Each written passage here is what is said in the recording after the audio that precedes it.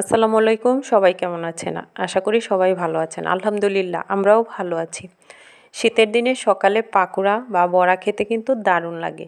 আর যখন আমি morning walk শেষ করে বাসায় আসছিলাম, তখন দেখি রাস্তার ধারে এই ফুলগুলা নিয়ে বসে আছে। এগুলা হচ্ছে মিষ্টি কুমড়া ফুল। এটা দিয়ে ছোট সময় আম্মা খুব সুন্দর করে বড়া ভাজতেন।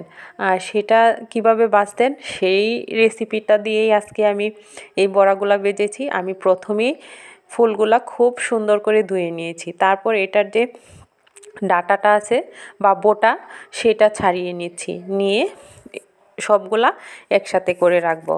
তারপর এখানে আমি 1.5 কাপ চালের গুঁড়ি নিয়েছি। আপনারা চাইলে আটা, ময়দা অথবা বেসন নিতে পারেন। নিয়ে এখানে হলুদ গুঁড়া, মরিচ গুঁড়া, ধনে গুঁড়া আর পাঁচফোড়নের গুঁড়া দিয়ে দিয়েছি। আর বাটা মশলার মধ্যে দিয়ে দিয়েছি আদা বাটা, রসুন বাটা, জিরা বাটা আর পরিমাণ মতন লবণ। সবগুলো উপকরণ একসাথে মিশিয়ে নেব। মিশিয়ে নিয়ে তারপর একটু পানি দিব। একটু করে পানি দেব, বেশি পানি দিলে আবার ডোটা নরম হয়ে যেতে পারে, সেই জন্য। এই যে খুব বেশি ঘনও হবে না বা খুব বেশি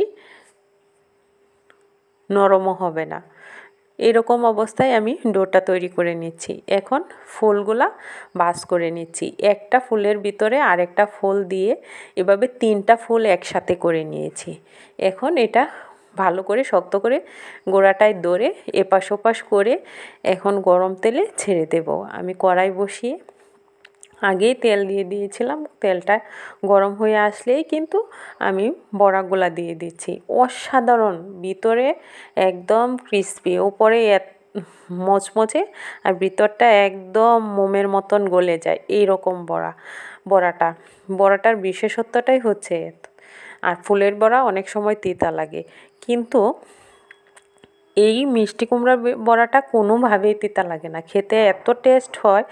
আম্মা ছোটো সময় যখন এটা করে দিতেন তখন ভাত খেতে অন্য কোনো কিছুই নিতে হতো না, এটা দিয়েই ভাত শেষ করে ফেলেছি আমরা। এইরকম মজাদার একটা বড়া। আর এটা কিন্তু আমি চালের গুঁড়ি দিয়ে করেছি, কারণ আম্মাও চালের গুঁড়ি দিয়ে করতো।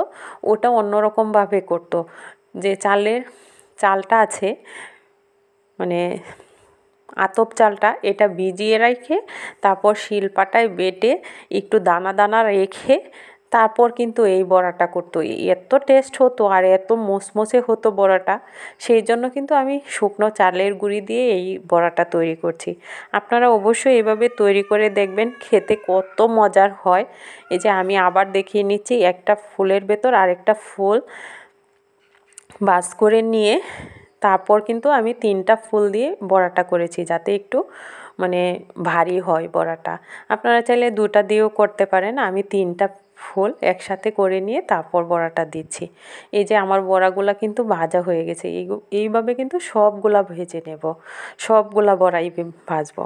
আর একটি কথা, এখনও যারা আমার চ্যানেলটা সাবস্ক্রাইব করে নাই, প্লিজ সাবস্ক্রাইব করে পাশে থাকবেন, লাইক কমেন্ট করবেন। ভালো লাগলে অবশ্যই প্রিয়জনদের সাথে শেয়ার করবেন। আর এই ভিডিওগুলো কিন্তু আমার পেজেও যায়।